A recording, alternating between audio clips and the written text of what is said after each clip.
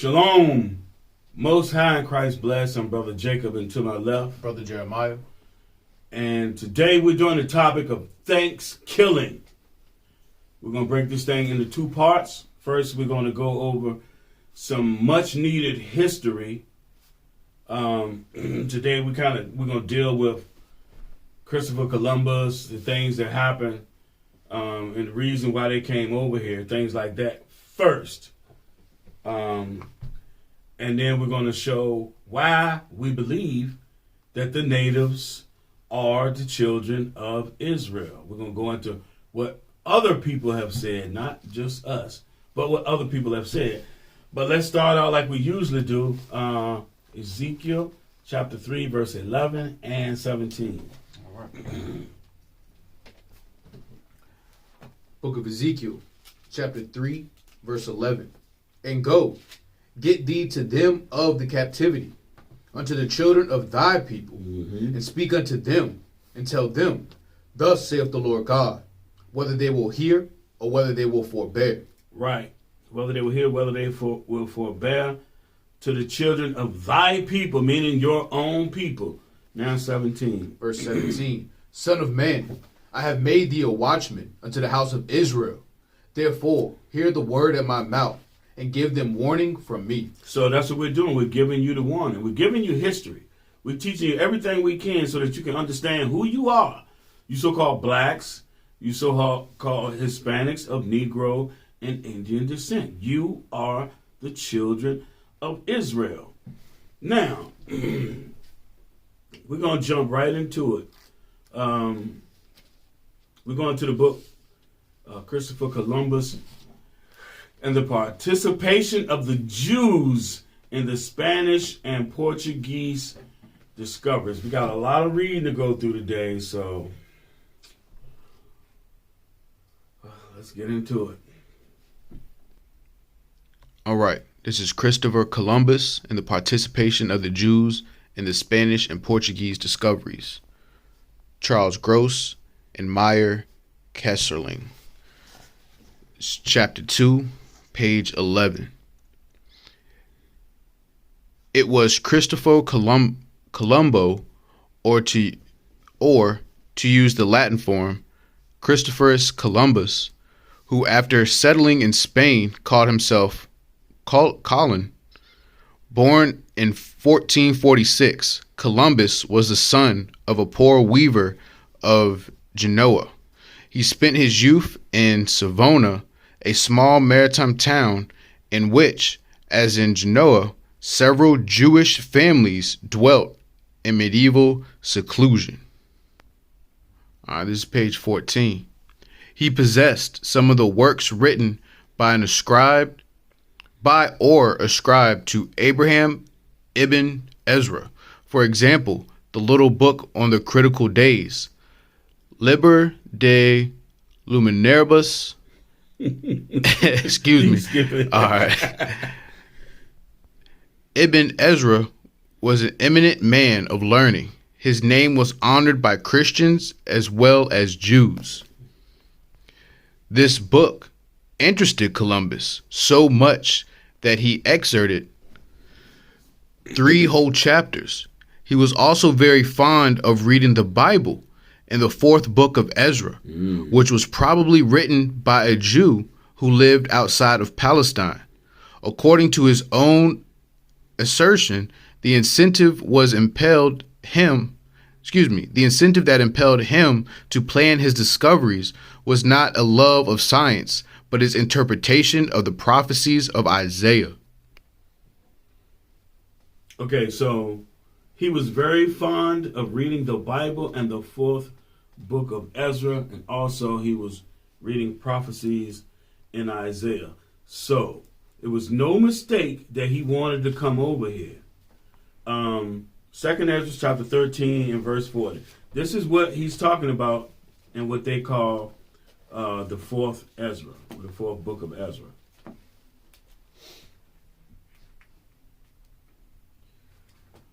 right. The book of 2nd Ezra, chapter 13, verse 40.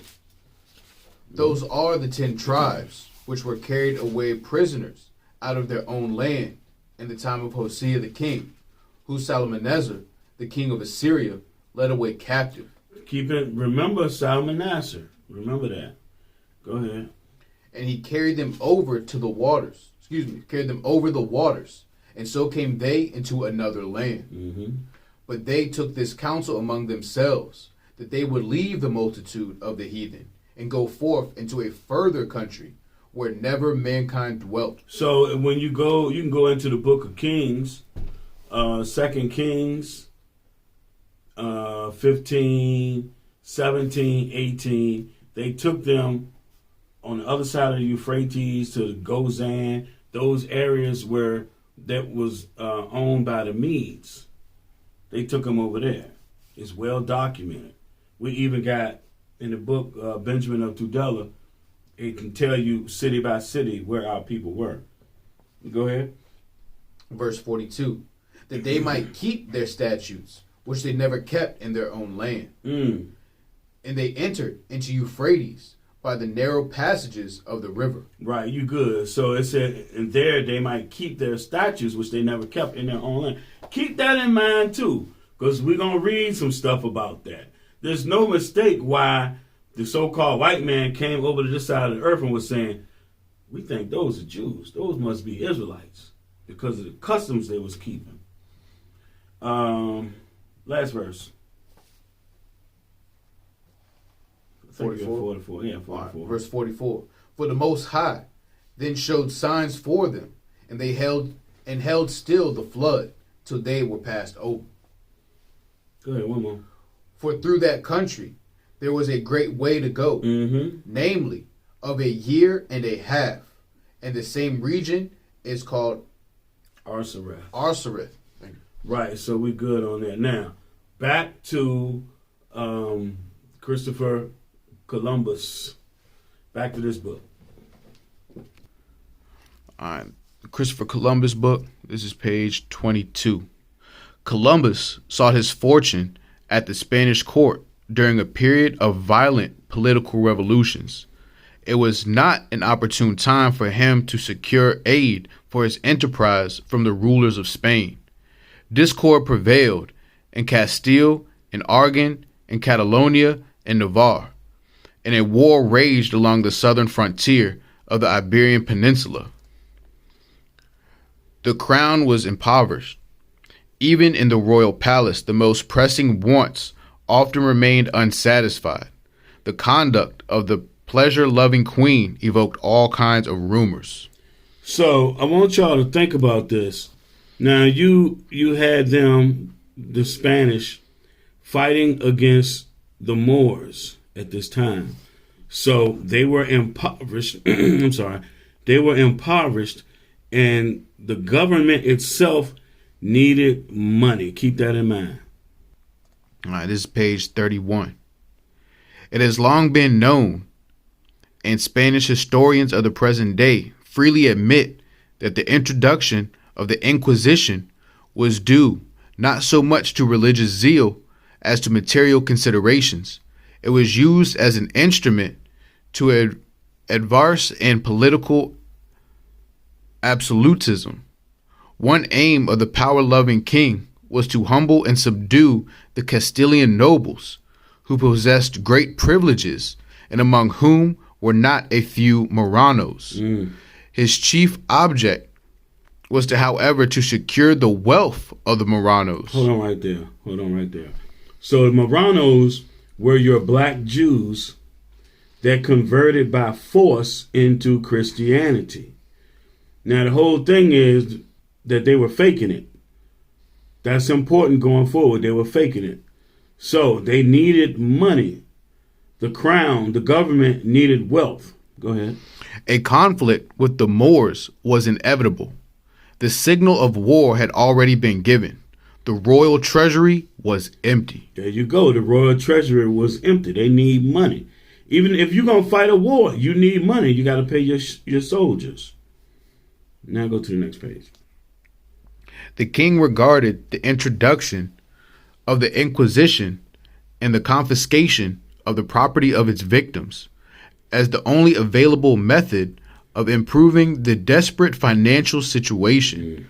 Already in the courts of 1465, certain extremists have proposed to prosecute the secret Jews and to use their property in carrying on a war of extermination against the Moors. Right, that's the point. So what they're doing, they're going to come after our people, take our money, riches, any wealth, property, everything, and use that to fund the war, and then to send Christopher Columbus to the other side of the world and take that over. This is page 81. The expulsion of the Jews from Spain is closely connected with Columbus's expedition and with the discovery of America. Ain't no coincidence. This is page 83. The king needed plenty of money to carry out his plan of bringing new territory under his dominion. He took it from the Jews, who were wealthy, especially in Castile. Some of them were worth as much as 1 or 2 million maravedis or more. The Inquisition, which he had called the existence and the expulsion of the Jews, which he had decreed, had one and the same object. The former aimed to secure the property of the secret Jews for the state treasury. The latter, under the cloak of religion, aimed to confiscate the property of those who openly profess to be Jews. Wow. So it's a plan to get the money and wealth of the Jews. All right. That's page 89 going to 90. What was to prevent Jews under the ban of expulsion, persecuted, and homeless from taking part in the voyage. Right. So what was going to stop you from taking part with Columbus in the voyage? Because you under persecution in Spain and Portugal, so you need to get out of there. You either had to leave, convert to Christianity, or die. So you look at your options. Some of our brothers chose to come with Columbus. Go ahead. Among the explorer's companions, whose names have come down to us, the complete list is lost. There were several men of Jewish stock. For example, Luis de Torres, a Jew who had occupied a position under the governor of Murcia, and who was baptized shortly before Columbus sailed. Damn, see that? He converted. And notice his name was Luis de Torres. You know, not Mordecai Ben David or something. Luis de Torres. Go ahead. As he understood Hebrew, Chaldee, and some Arabic, Columbus employed him as an interpreter. Right. So if you're going to go and speak with Hebrew-speaking people, you need an interpreter. Alonso de la Calle was also of Jewish lineage. Right. You're good. You can drop that. Okay. So now we're about to start dealing with Christopher Columbus when he gets to this side of the world. Matter of fact, when the Spaniards come on this side of the world and they start recognizing that the people here are keeping the customs of the Israelites. So now they're thinking like, oh, wait a minute. These people must descend from Israel. But I want to make a point first because we're going to be using the words of Manasseh ben David. So I made a post on my Facebook, but I'll put the picture on here. So what Esau did, they have a picture of some troll-looking Edomite. And they're saying that he's Manasseh ben Israel. But when we got several books that say the Portuguese Jews are black. They always dark. Always. So I'm going to read out of this real quick. Shakespeare and the Jews. This is page 171. I'm just going to read it. We'll start second to the last paragraph. It says, the accumulated experience of over 100 years of travel, trade, and conquest has convinced Europeans that some of the accepted stereotypes of Jewish racial otherness, including the belief that Jews were black, needed to be qualified. So they knew that the Jews were black. When William Brereton jotted down his impressions of Jews in the synagogue in Amsterdam in 1635, he noted that the Jewish men are most black and insatiably given to women. That's one of our problems. Okay, we're going to multiply. Drawing here on contemporary prejudices linking blackness and licentiousness. And when the Scottish minister Robert Kirk toured London in January 1690, he also paid a visit to the synagogue there, where he observed over 200 Jews worshiping.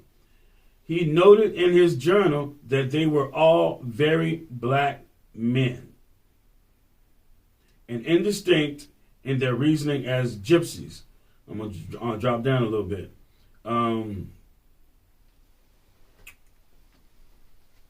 The translation of Francois Maximilian Mission's A New Voyage to Italy made clear that it is a vulgar error that the Jews are all black. So this is going into proselytes.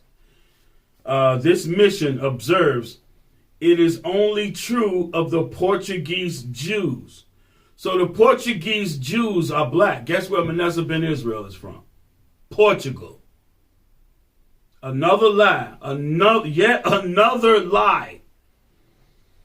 It is only true of the Portuguese Jews who, marrying always among one another, beget children like themselves. Consequently, the swarthiness of their complexion is entailed upon their whole race. Even in the northern regions, but the Jews who are originally of Germany, those, for example, I have seen in Prague and are not blacker than the rest of their countrymen. That's going into the so-called Jews, the white ones.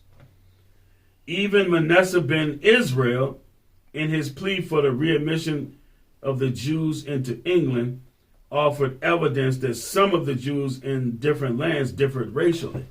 So in other places you had white Jews. Even Manasseh ben Israel admits this. So why if he admit this, and he a Portuguese Jew, why you got him painted as a white man? A little troll-looking dude at that. All right, so now we're going back into the Christopher Columbus and the participation of the Jews in the Spanish and Portuguese discoveries. All right, let's do it. All right, we're back in the Christopher Columbus book. This is page 95. To what race did these aborigines of America belong? Several writers have asserted and have displayed much learning in attempting to prove that the aborigines were descendants of the Jews. Over to page 96. Montesinos, who possessed the manuscripts of Luis Lopez, the learned bishop of Quito, was convinced that the Peruvians were of Jewish origin. The view of Roldan and Gregorio Garcia that the aborigines of America were descendants of the Jews was maintained with many arguments and one in the same year, 1650, independently by the Englishman Thorogood, by the Portuguese Jew Manasseh ben Israel. See, Portuguese Jew. Portuguese Jew. Go ahead. A renowned rabbi of Amsterdam who induced Cromwell to allow the Jews to return to England. A Portuguese Morano of Villafort who, strange to say, also called himself Montesinos, and afterwards assumed the name Aaron Levi, and informed Manasseh that he had mingled in South America with Jews of the 10 tribes. Right, it's no mystery. Our people were over here. We're not saying that everybody you come across is Israel, but our people were over here, just like they speculated. All right, you can. All right, this is page 97. It is not improbable that the Jews who were driven from Nineveh by Shalmaneser wandered into uninhabited regions. Right, so let me clear this up, clear the madness up. We read earlier, it was the 10 tribes. We read that in 2nd Ezra, and we read it in the same book, the 10 tribes of Israel. Those are not Jews. Jews belong to Judah, Levi, and Benjamin. Now you can move on. All right. This is page 98. Roldan's chief argument in support of his view is the language of the Indians in Hispaniola, Cuba, Jamaica, and the adjoining islands. He contends that it has many resemblances to Hebrew. In fact, he even calls it corrupted Hebrew. He asserts that such names as Cuba and Haiti are Hebrew, and that they were first applied by the earliest caciques, thank you. The chiefs or leaders, Kazan, who discovered and peopled the islands. Right, so the caciques would be your chiefs, your leaders. Everybody has a leader. Go ahead.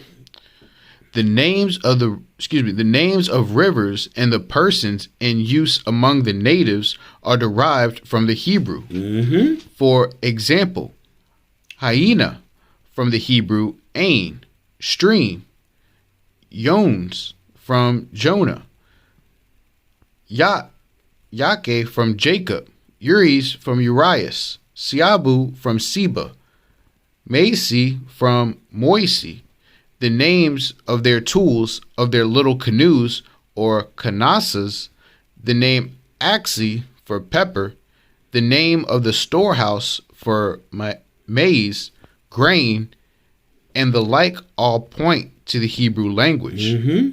Their rites and ceremonies, as well as their language, form one of the main arguments in favor of this theory of descent. But watch this. Go ahead. Circumcision prevailed among the Indians. They often bathed in rivers. Right, in streams. So the reason you do that is it's moving water. It's not still water. Still water will have disease in it. The Lord know what he's talking about. And streams. They refrained from touching the dead and from tasting blood. All in the law. They had definite fast days. Marriage with sisters-in-law was permitted if they were childless widows. Right. You know what? That's going into Deuteronomy. With you have to give seed to your brother, raise up seed to your brother. That's what that is. Okay. Wives were discarded for new helpmates. They also sacrificed first fruits on high mountains and under shady trees. They had temples and carried a holy ark before them in time of war. Anybody remember the walls of Jericho? Go ahead. They were also, like the 10 tribes, inclined to idol worship. Well, notice it said 10 tribes. But something that's seared in the white man's head is Jews. They keep calling you Jews. Judah is one tribe. The Lord gave them Benjamin and Levi to be with them. So it's just them. Go ahead. All writers and travelers agree, moreover, that there were many Jewish types of face among the Indians, the Aborigines of America. The question whether the American Indians are descendants of the Jews, whether they are the offspring of the lost 10 tribes, has often been answered in both the affirmative and the negative, but it has not yet been definitely settled. All right, so we went through Christopher Columbus and the participation of the Jews in the Spanish and Portuguese discoveries. All right, we saw how Columbus made his way up, and then how the Dominion of Spain, they decided that they were going to come against our people, force you into Christianity, but the main thing they wanted to do was to take your wealth and use that for their kingdom. They were broke. So they did that. They expelled us. Some of our brothers came with Columbus. And then they came to this side. And then when they got here, some of these scholars are like, oh, these people resemble the 12 tribes. And remember, that was one of the reasons Columbus wanted to come over here. He read 2nd Esdras and other prophecies. So he was looking for our people. Matter of fact, when he came over here, when he left on his first voyage back, hold tight. We have to hit the pause button. I got to go to another book. All right. This is An Indigenous Peoples History of the United States by Roxanne Dunbar Ortiz. Right. This is page 42. The story is well known. In 1492, Columbus sailed with the 3 ships on his first voyage. At the beast of Ferdinand, thank you. Yeah, Thank you. King Ferdinand and Isabella. Right. Of Ferdinand, King of Aragon, and Isabella, Queen of Castile. The marriage of Ferdinand and Isabella in 1469 had led to the merger of their kingdoms into what would become the core of the Spanish state.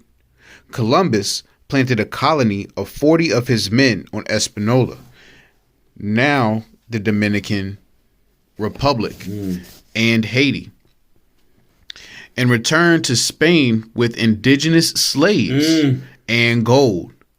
In 1493, Columbus returned to the Caribbean with 17 ships, more than 1,000 men, and supplies. He found that the men he had left on the first trip had subsequently been killed by the indigenous inhabitants. After planting another settlement, Columbus returned to Spain with 400 Arawak slaves. There you go. That's the initiation of the transatlantic slave trade. They went both ways. It was also called the triangular slave trade. They would leave Spain and Portugal, England, Europe. Those ports go down to Africa, trade with the Africans, get us, bring us over here, starting in the Caribbean, and then to North America, and then back to Europe with their money, gold, spices, tobacco, all that stuff, you name it. But that's what initiated it right there. And they carried natives with them also. Go ahead. With 7 ships, Columbus returned to the Caribbean in 1498, reaching what is now Venezuela, and he made a 4th and final voyage in 1502, this time touching the Caribbean coast of Central America. In 1513, Vasco Nunez de Balboa crossed the Isthmus of Panama and charted the Pacific coast of the Americas. Juan Ponce de Leon claimed the Florida Peninsula for Spain in 1513. In 1521, following a 3-year bloodbath and overthrow of the Aztec state, Hernando Cortez proclaimed Mexico as New Spain. Damn. Parallel with the crushing of Mexican resistance were Ferdinand Magellan's explorations and charting of the Atlantic coast of the South American continent, followed by Spanish wars against the Inca nation of the Andes. Hold on. I remember as a child hearing all those same names right there, how they were great men. Right. Meanwhile, the truth is they're devils. They destroyed people and stole lands. Go ahead, bro. In both Mexico and Peru, the conquistadors confiscated elaborate artwork and statuary made of gold and silver to be melted down for use as money. During the same period, the Portuguese laid waste to what is today Brazil and began a thriving slave trade that would funnel millions of enslaved Africans to South America, beginning the lucrative Atlantic slave trade. So it started with them. It started with Cristoforo Columbus. With him. No wonder the natives don't like him. And you know what? All of this was sanctioned by the Christian church. And today we celebrate Thanksgiving. Why?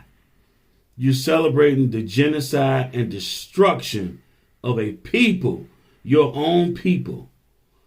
All right, that's it for now in that book. So let's just sit back for a moment. Now, you were saying, like, what did they tell you in school? Yeah, like all those same men, what lands did they discover that they were, great men? They discovered America, and that's the way they pushed it in school. Yeah, so I know when I was a kid, they used to have all these westerns, like David Crockett, Daniel Boone, showing them as great men, and they would always be fighting against the Indians or trying to make peace treaties with them, and then they would break them. But meanwhile, they're not telling the truth. Like, when I was a kid, I used to always, because of the way they would do these shows and these movies, I would have fear on me that I would run across an Indian and get scalped.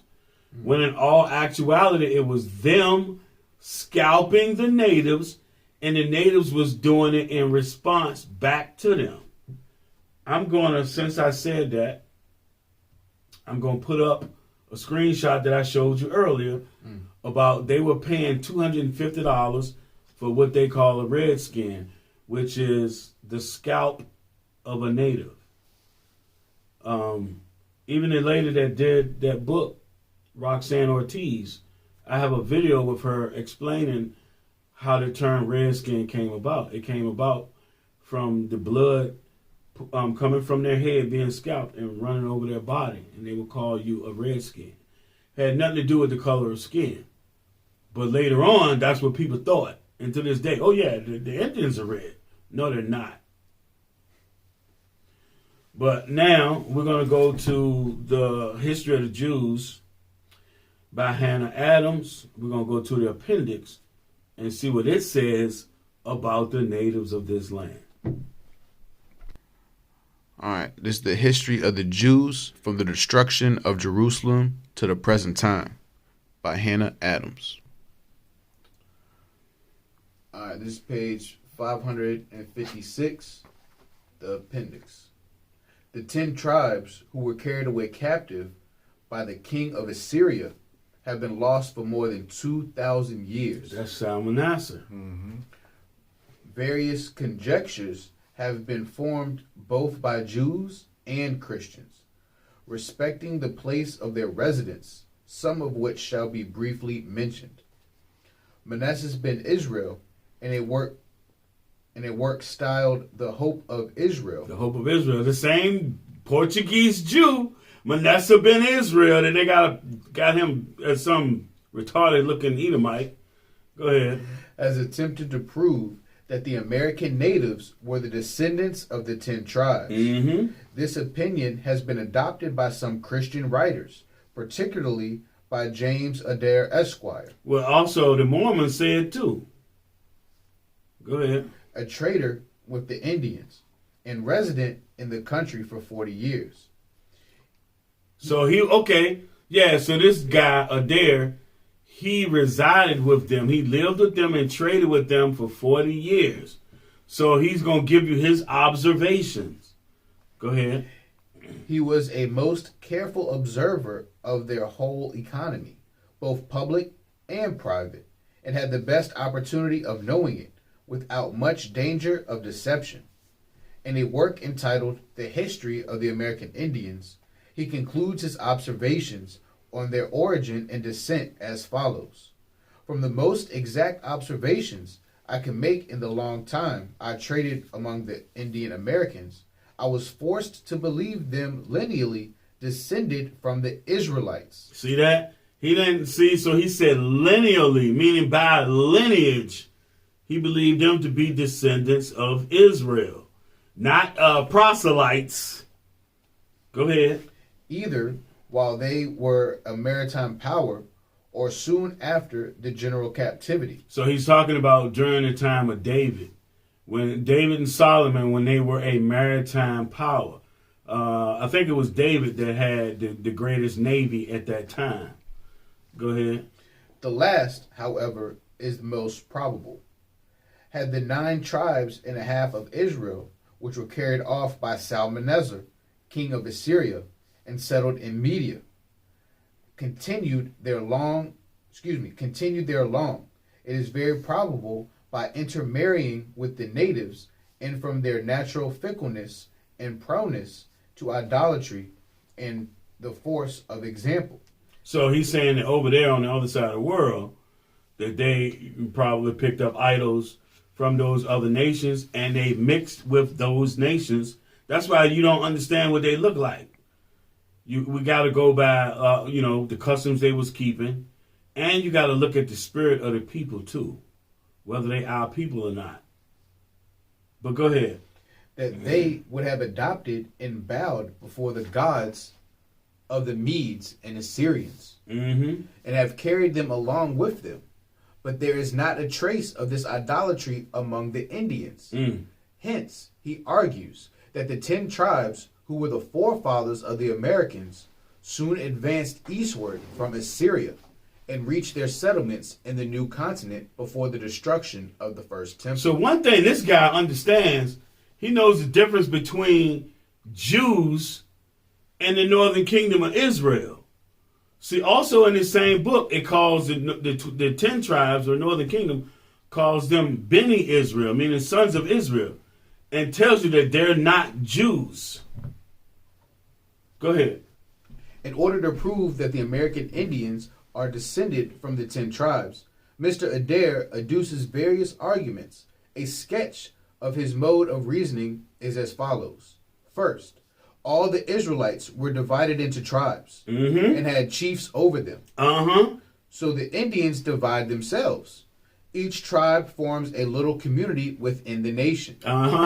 As the nation have its particular symbol, so each tribe have the badge from which it is denominated. The sacium of each tribe is a necessary party in conveyances and treaties, to which he affixes the mark of his tribe. The mark of his tribe. So now, Numbers chapter 1, I think it's verse 56, and then we're going to hit chapter 2.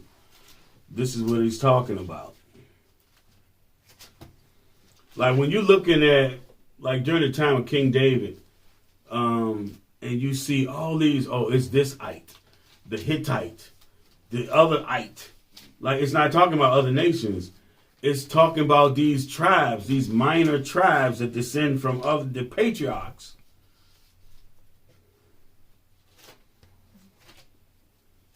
Numbers 1, is it 56? So this is what we're talking about. Like we don't call it a 12 tribe chart. We call it an ensign. 50. 52. I was looking at 51. 52. Book of Numbers, chapter 1, verse 52. And the children of Israel shall pitch their tents, every man by his own camp, and every man by his own standard. His own standard. Go ahead. Throughout their hosts. So that's what they're doing. They're pitching by their own standard, the standard of their father's house. They've broken down into these tribes. Now chapter 2 and verse 2. Book of Numbers chapter 2, verse 2. Every man of the children of Israel shall pitch by his own standard, with the ensign of their father's house. Right. Far off about the tabernacle of the congregation shall they pitch. So he's showing you a similitude. This is what the natives were doing. Now you can pick back up where you left off. All right. So as we come across some of these things that they were doing, we're going to hit the scriptures to show you why. Now, in Christopher Columbus, in the participation of the Jews, they did some of that in there, but I didn't want to stop at that time. I wanted to wait till we got to this book, go over those characteristics, and then show you in scriptures where it comes from. Go ahead. All right. If we go from nation to nation among them, we shall not find one who doth not lineally distinguish himself by his respective family. The genealogical names, which they assume, are derived either from the names of those animals whereof the cherubim are said in Revelation to be compounded, or from such creatures as are most similar to them. The Indians, however, bear no religious respect to the animals from whence they derive their name. On the contrary, they kill them when opportunity serves. Yeah, you ever notice they call it like walking bear? Right. You know what I mean? Crying wolf. Yeah, crying wolf, flying eagle. All of these, and you know what? The tribes even have these symbols. It's like the Lion of Judah. Right. On one thing you don't want to be though is the eagle, the eagle of Esau. Oh man, go ahead, bro. When we consider that these savages have been above 20 centuries without the use of letters to carry down their traditions, it cannot reasonably be expected that they should still retain the identical names of their primogenial tribes. So what they're saying is that they've been here for so long, and not. I mean, I don't believe that they didn't have some type of writing. We don't know what Esau did to them or their belongings. They found stuff. They found rocks over here with Hebrew writing and stuff. So we don't know. They had civilizations over here. Esau destroyed them. Anyway, go ahead. Let's just keep going. Their principal customs corresponding with those of the Israelites sufficiently clears this subject. Mm-hmm. Besides, as have been hinted, they call some of their tribes by the names of the cherubical figures that were carried on the four principal standards of Israel. Mm-hmm. Second, by a strict, permanent divine precept, the Hebrew nation were ordered to worship at Jerusalem Jehovah, the true and living God, Mm-hmm. who by the Indians is styled Yahweh. Yahweh. So I, even as a kid, I remember them saying that.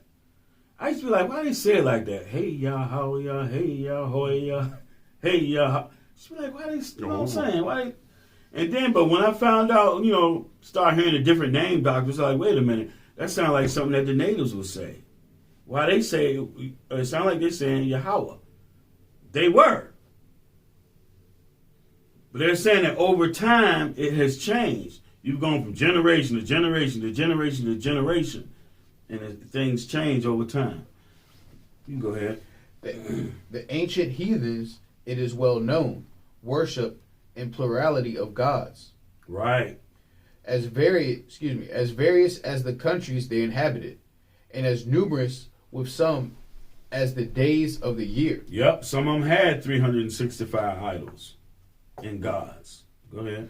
But the Indian Americans pay the religious dever to the great, beneficent, supreme Holy Spirit of fire. Holy Spirit of fire. That's funny. That's funny, right? Hebrews 12 real quick. The Holy Spirit of fire. It's another verse I never hear the Christian pastors pull. Yep, Hebrews 12 and verse 29. Book of Hebrews, chapter 12, verse 29. For our God is a consuming fire. That's straight and to the point. Our God is a consuming fire. That's what they believe. Deuteronomy 4 and 24. Let's see where they're getting it from. Where Paul getting it from.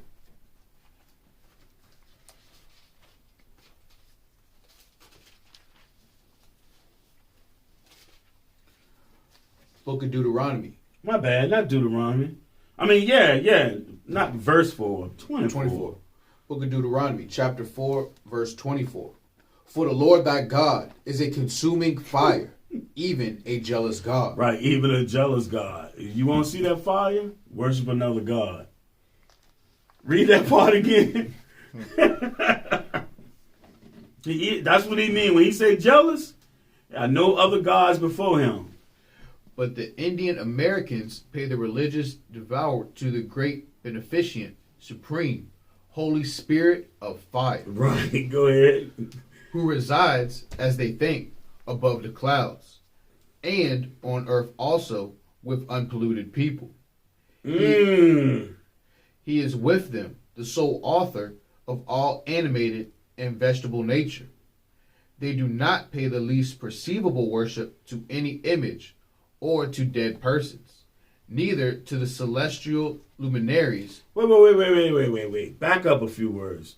Read that again. They do not pay the least perceivable worship to any image or to dead persons. Whoa, that's a hit on Christianity right there. They worshiping white man Jesus, and like what we went over last week about the Halloween. Right.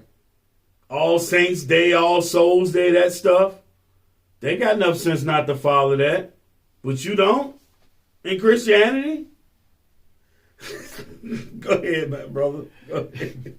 Neither to the celestial luminaries, nor evil spirits, nor any created being whatsoever. Damn. Now they got enough sense to know that. That come out the scripts. They got enough sense to know that, but you don't in Christianity. You got a cross. You got white man Jesus. You got All Saints Day. You claiming you celebrating Christ's birthday, and he ain't never say do that. You don't see no Israelite, no servant of God keeping their birthday. Period. But you doing all of that. You doing all of the pagan things they didn't even do. But now you got them, these same people, you got their descendants keeping Christopher Columbus Day and Thanksgiving. Thanksgiving. Okay. All right. Third, agreeably to the theocracy or divine government of Israel, the Indians think the deity to be the immediate head of their state. All the nations of Indians are exceedingly intoxicated with religious pride. Hold on, back up a little bit. The head of their state, who is their head?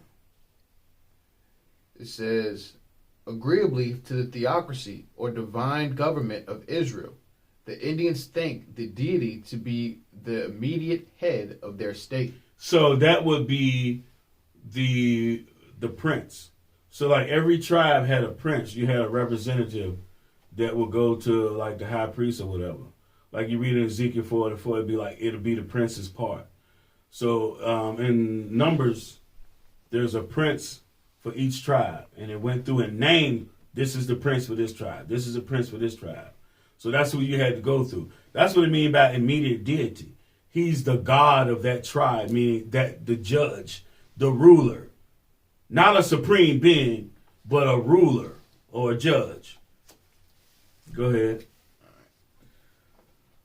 All the nations of Indians are exceedingly intoxicated with religious pride and have an inexpressible contempt of the white people.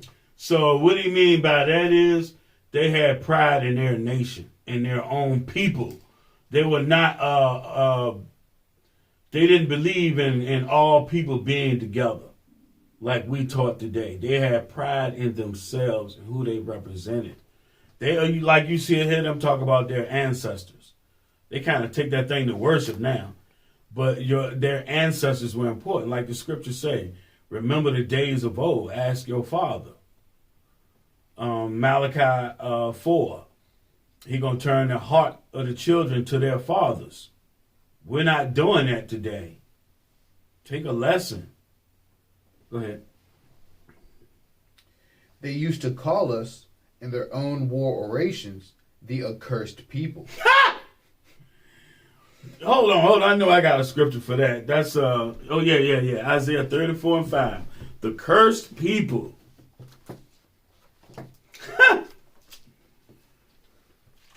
You know what? That shows that they know about leprosy.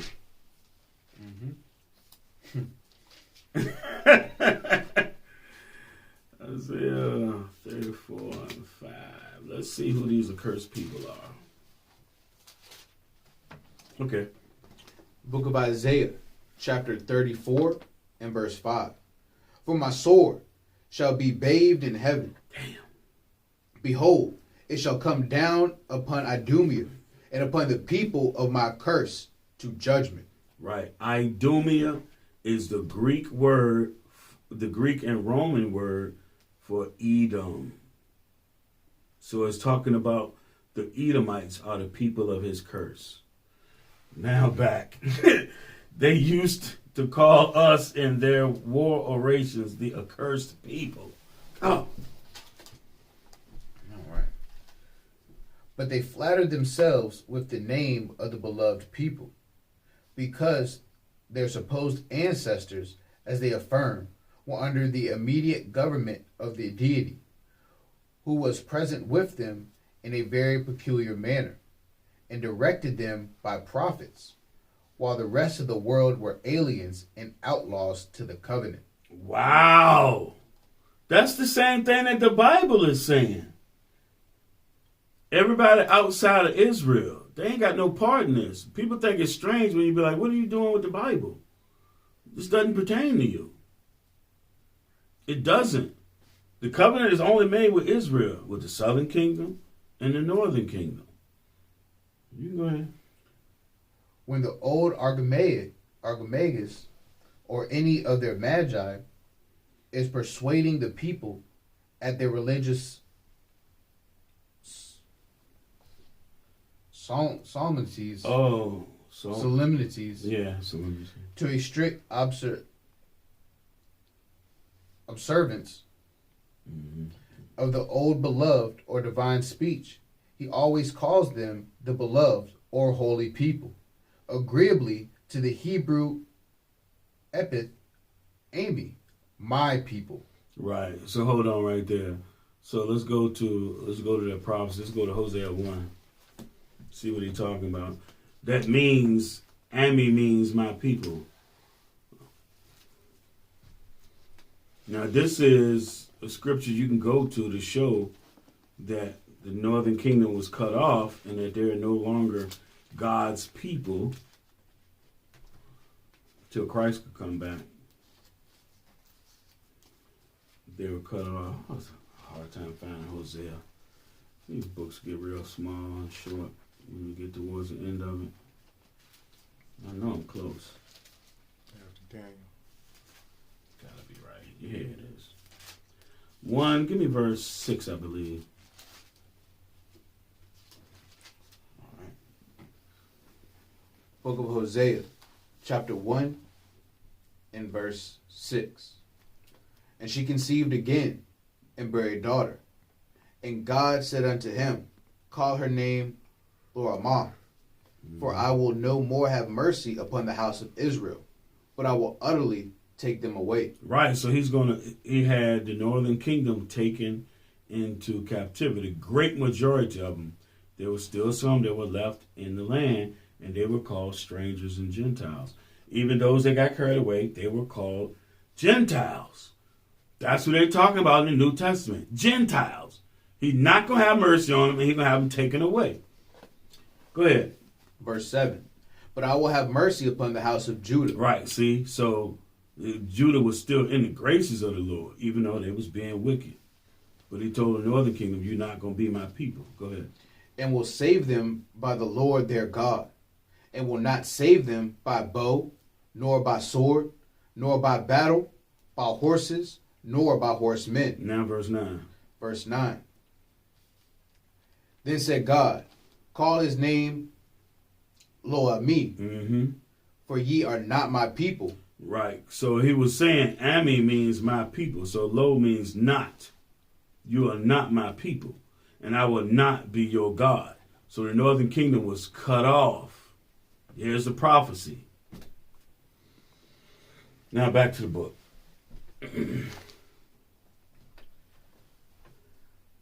During the theocracy of Israel, he urges them with great energy to imitate their virtuous ancestors and flourishes upon their beloved land, which flowed with milk and honey.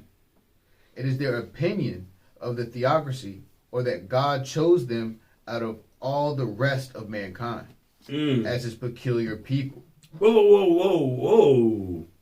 He chose them as his peculiar people? All right, let's hit some scripts. Exodus 19 and 5.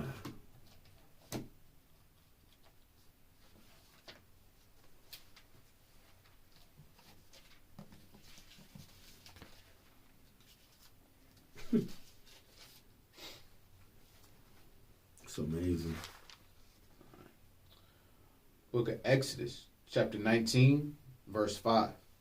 Now therefore, if ye will obey my voice indeed, and keep my covenant, then ye shall be a peculiar treasure unto me above all people, for all the earth is mine. Right.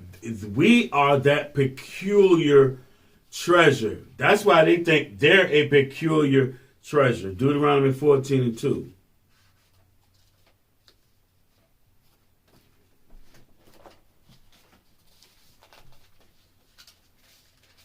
Book of Deuteronomy, chapter 14 and verse 2. For thou art an holy people unto the Lord thy God, and the Lord hath chosen thee to be a peculiar people unto himself above all the nations that are upon the earth. Right. He chose Israel to be that peculiar people. There's other places, there's at least a couple of other places in the Old Testament. Let's go to the New Testament, though. 1 Peter chapter 2.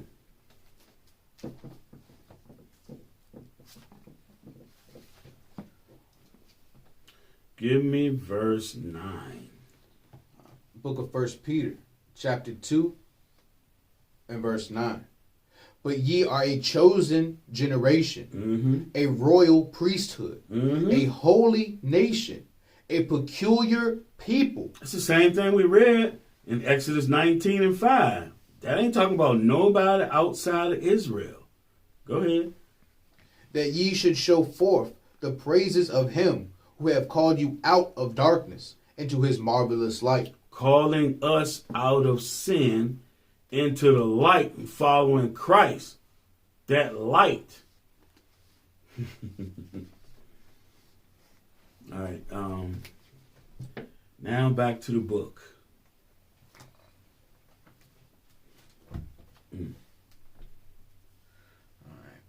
Which alike animates both the white Jew and the red American with that steady hatred against all the world except themselves, and renders them hated or despised by all. Oh, well, Christ said that. You're going to be hated by all nations. You ain't seen nothing yet. They've done a lot of stuff to us. But wait until everybody realizes that we're the children of God and y'all been destroying us as a people. The nation's been applying Psalms 83 all this time, cutting us off from being a people. So that time gonna come, they're gonna realize they've destroyed the people of God. We're gonna be hated. They're gonna want to destroy us. But nothing they do is gonna work. You destroy us, the Lord gonna pull up somebody else. Okay. 4.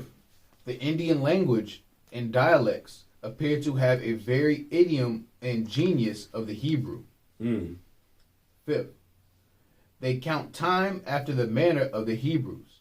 They divide the year into spring, summer, autumn, or the falling of the leaf, and winter. Right. Our year starts in the spring. With Passover, the month of Abib. Go ahead. The number of their years from any of these 4 periods, for they have no name for a year. And they subdivide these and count year by lunar months. By lunar months. And it's funny because, like, you talk about celebrating birthdays and I'm this old and that old. But you don't, some people kept track of how old they were. You don't hear nothing about no birthdays, though. None of that pagan stuff. Go ahead. Like the Israelites who reckon by moons. The number and regular periods of the Indians' religious feasts is a good historical proof that they counted time historical proof that they counted time by and observed a weekly Sabbath. Damn. Long after their arrival on the American continent. They began their year at the first appearance of the first new moon of the vernal equinox, according to the ecclesiastical year of Moses. I like that right there. We're going to use that one day. Go ahead. Their pontifical office descends by inheritance to their children. Ooh, by inheritance. Ooh, it ain't just by ancestors. Inheritance. That means it come from the father. Go ahead. Mr. Adair also traces a resemblance between the dress of the Indian Argamagus when he officiates in making the supposed holy fire for the yearly atonement for sin. Damn. And that of the Jewish high priest. Damn. Hey, didn't they wear fringes on their clothes? Go ahead. 7th, the ceremonies of the Indians in their religious worship are more after the Mosaic institution than of pagan imitation. Come on. According to Mr. Adair, the American Indians have, like the Hebrews, a sacred ark in which are kept various holy vessels. Oh, like the Ark of like the covenant. Uh-huh. Yeah. It is, says he, worthy of notice that they never place the ark on the ground, nor sit on the bare earth while they are carrying it against the enemy. Oh, against the enemy? Oh, you know what? We made a comment earlier about Jericho. So when we went to war, we would carry the ark. This is the covenant. The Lord said He's going to protect us, but you got to be in good graces of Him. Now, let me see.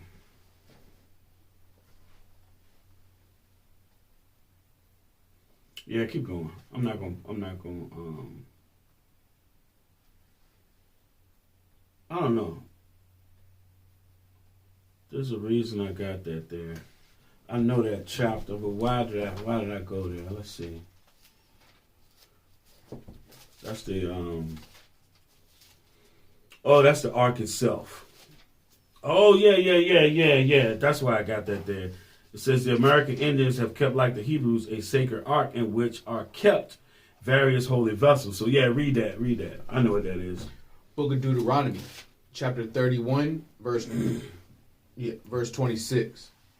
Take this book of the law and put it in the side of the ark of the covenant of the Lord your God, that it may be there for a witness against thee. Right. So that's what they're doing right here. So they put their sacred things in the ark. This is not a coincidence that all these things that they're doing, even though they've been here for a long period of time, they're still keeping these. I think, like the Christians like to call them. What's the word they use? Customs. It's actually laws, but that is the laws are our customs. Pick up on where you were.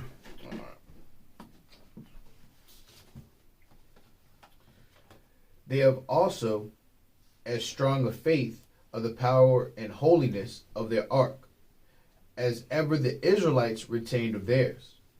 The Indian ark is deemed so sacred and dangerous to touch. Whoa. Dangerous to touch. There we go. 1 Chronicles 13:8. Dangerous to touch. Where would they get that from? Okay. Start at 7. 13:7. Yeah. Book of 1 Chronicles, chapter 13 and verse 7. And they carried the ark of God in a new cart out of the house of Abinadab, and Uzzah and Ahio drave the cart. Right, hold on a second. So remember they said the ark don't touch the ground. Like when you go back into Exodus from like 25 to 29, you're given ordinances on how to make the priest garments, the ephod, the menorah, the ark itself, and then you have these rings and staves. So the ark was supposed to sit on the table, and you're not even supposed to touch it. You had to put these poles through the little holes, these staves, and that's how they carried it around. So you didn't touch it. It don't be on the ground or none of that. That's why they didn't want it to touch the ground. But go ahead. Verse 8. And David and all Israel played before God with all their might, and with singing, and with harps, and with psalteries, and with timbrels, and with cymbals, and with trumpets. Mm-hmm.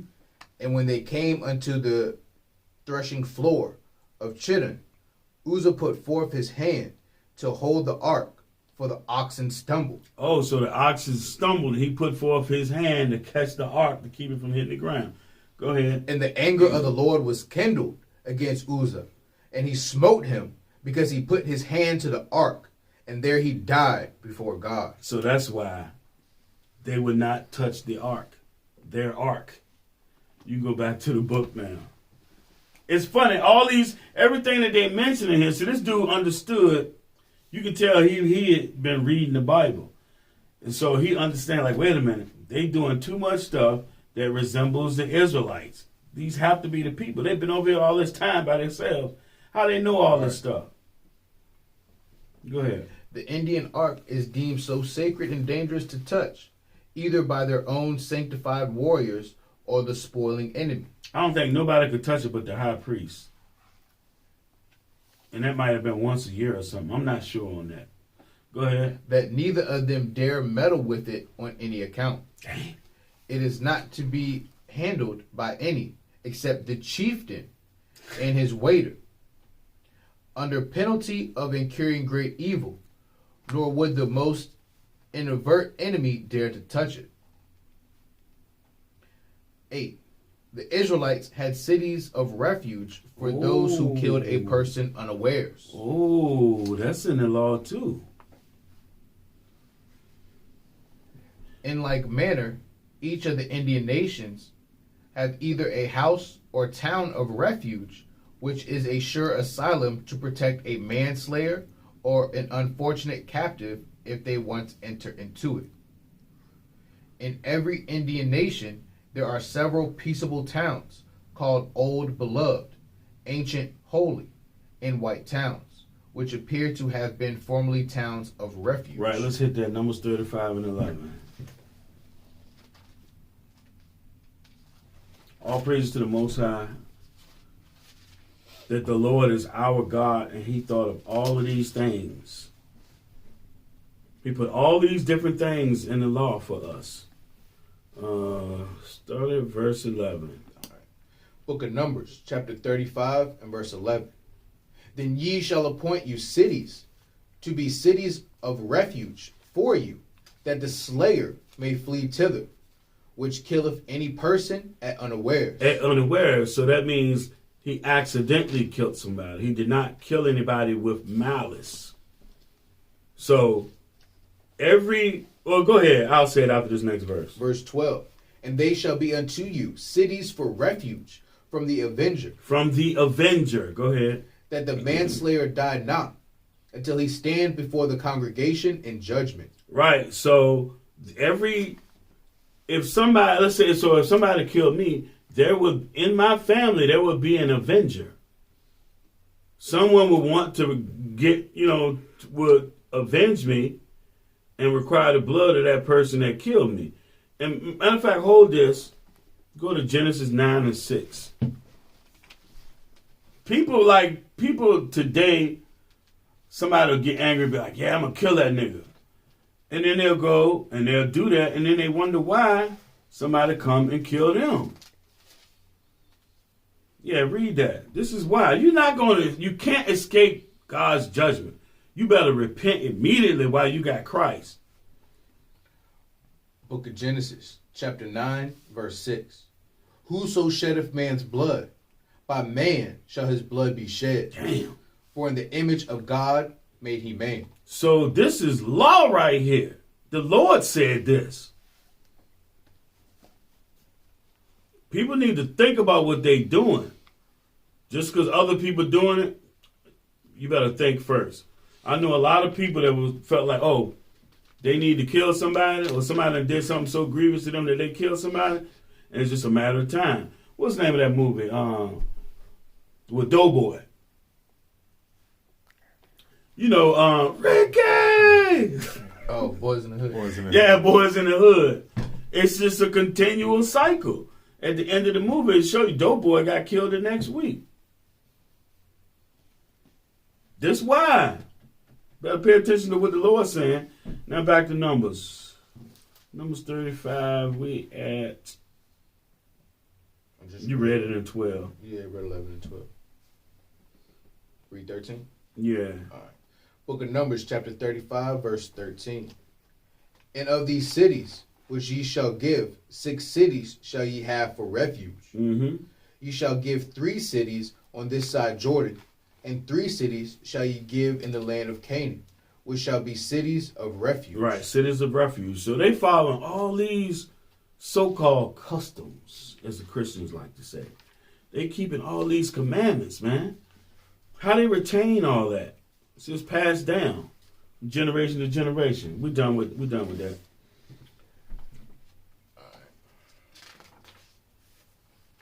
Oh wow, we're coming to the end, y'all. It's been a lot of reading. All right. 9. He observes that before the latter go to war, they have many preparatory sacrifices of purification and fasting. He points out the similarity in their daily sacrifice, their ablutions and anointings, their abstinence from unclean things, their marriages, divorces, and punishment for adultery, their several punishments, their burial of the dead, their mourning of the deceased, and various other particulars. He then proceeds to adduce his last argument for the origin of the Indian Americans, from their own traditions, from the accounts of our English authors, and from the testimonies which the Spanish writers have given concerning the primitive inhabitants of Peru and Mexico. Peru and Mexico. We read that earlier in the other book, Peru and Mexico. All right. So all these, quote unquote customs or laws that they're following, showing that they're our people. Like we said earlier, we're not saying every single person, every single Mexican, Brazilian, or Puerto Rican, or whatever. Not every single one. Just like everybody that look like us, they're not from the Southern Kingdom either. A lot of them is Edomites. And you'll be wondering why don't this brother don't understand nothing that I'm saying. And you look in his past, you got a white daddy somewhere. All skin folk ain't skin folk. Skin folk. All right, y'all. One more book, Lord's will. The Critical Review or Annals of Literature. I think I'm going to read out this, man. Let's give Brother Jeremiah a hand for reading all that hard-to-read stuff. All praise to the Most High. So, yeah, I'm about to jump in this one real quick. Yeah. Okay, y'all. Now we're in the book, The Critical Review, for the month of January 1784. We were still in slavery. This is page 140. So we're coming here to kind of set you up for next week. Watch this. Pope Nicholas V, in that famous bull which he granted the unknown world to the Portuguese and Spaniards, expressly permitted and ordered the Christians, to reduce all infidels into slavery, an order zealously executed by both of these nations. So the Pope gave them permission. And next week we're going to find out some more stuff the Pope gave permission to. But let's jump over to page 141 and go down here. Final paragraph. Says, in the beginning of the 15th century, the Spaniards and Portuguese began to transport Negroes for similar labors to the West Indies and Brazils, by which the Negro trade was rapidly increased. The Spaniards, on their first settling in the West Indies, immediately treated the natives now, the so-called Indians, or what the guy called them, American Indians, or Indian Americans. That's what they called them, Indian Americans. The Spaniards, on their first settling in the West Indies, immediately treated the natives of that part of the globe according to the Pope's instruction. They divided them by families and districts among themselves as slaves. According to the Pope's instruction. So your Christian church is behind many evils, like Thanksgiving, like destroying a people by the millions and then celebrating and calling it Thanksgiving, and you go and do this in your churches. Think about that. But let's flip the page. Page 143. Oh, look, I got a precept up there from another book.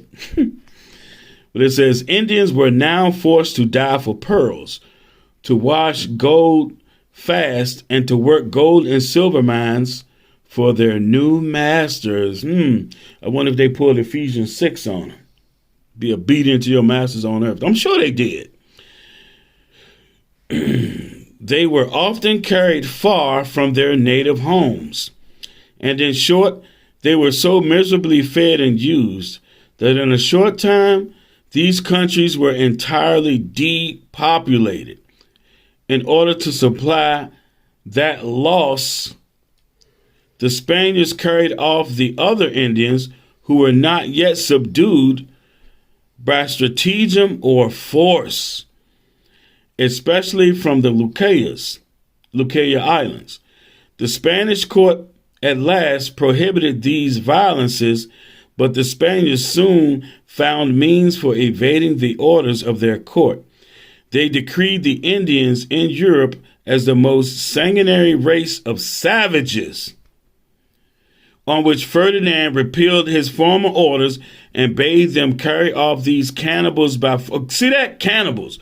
So they done went back and told lies to have their way, these devils, to get the decree that they wanted, and bade them carry off these cannibals by force from their native places and to treat and sell them as slaves. All right, y'all. So there you have it. You see all this history, all this stuff lining up with the natives being our people. And we looked at how Christopher Columbus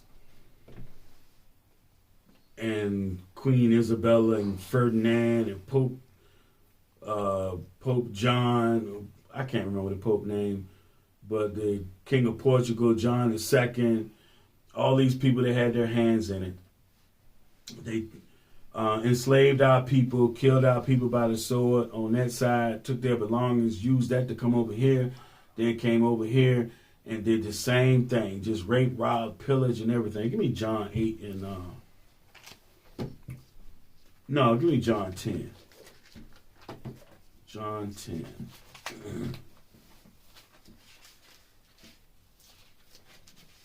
Show you the characteristics. These are the very people that's teaching our people the Bible. So give me...